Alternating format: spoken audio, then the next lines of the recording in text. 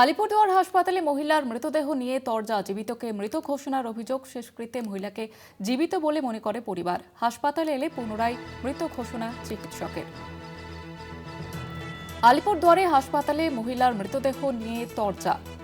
মহিলাকে জীবিত বলে মনে করে পরিবার। হাসপাতালে এলে পুনরায় মৃত ঘোষণা চিকিৎসকের।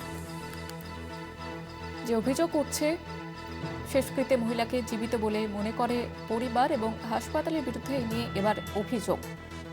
আলিপুরদুয়ার হাসপাতালে মহিলার মৃতদেহ নিয়ে তরজা। জীবিতকে মৃত ঘোষণার অভিযোগ উঠছে। ওই হাসপাতালের বিরুদ্ধে গাফিলতির অভিযোগ উঠছে। পেশেন্টটি ঘন্টা দুয়েক আগে আমাদের হাসপাতালের ইমার্জেন্সি এসেছিল, মারা শ্বাস প্রশ্বাস কিছু পায়নি।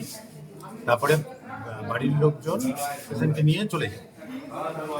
তারপরে আবার এই ঘন্টা দুয়েক বাদে এসে বলছে যে পেশেন্ট বেঁচে আছে বলে। আবার আমরা কি বলবো, টেস্ট করেছি, ইসিজি করেছি, সব কিছুই করা হয়েছে। করে এখনো দেখা গেছে পেশেন্ট মারাই গেছে আগেই। তো হবে, এরপরে পোস্টমর্টম হবে, জানা যাবে যে কি কারণ, কেন মারা গেছে।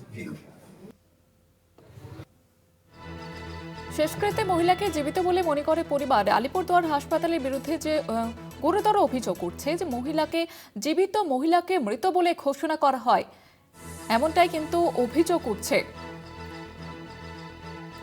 প্রতিনিধি অজয় শাহ রয়েছে আমাদের সঙ্গে টেলিফোন লাইনে। অজয়, ঠিক কি অভিযোগ, পরিবার কি দাবি করছে?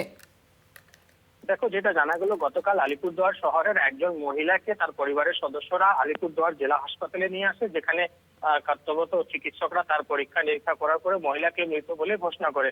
এরপর পরিবারের সদস্যরা মহিলার দেহ বাড়িতে নিয়ে যায়।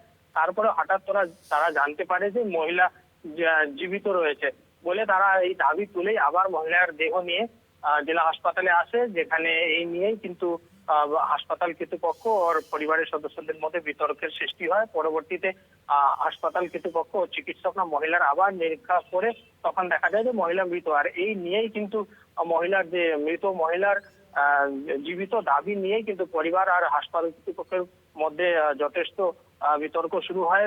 হাসপাতালের সামনে প্রচুর মানুষের ভিড় দেখা যায়। এরপর কিন্তু পরিস্থিতি সামাল দিতে আলিপুরদুয়ার পুলিশের বিশাল টিম ঘটনাস্থলে পৌঁছায়। তবে হাসপাতালের দাবি যে মহিলা আগেই মৃত্যু হয়েছিল, পরিবারের সদস্যরা যে দাবি করছে সেটা ভুল দাবি। তাদের এক প্রকারের তারা বুঝতে পারেনি, সেই জন্য তারা এই ধরনের দাবি তুলেছে।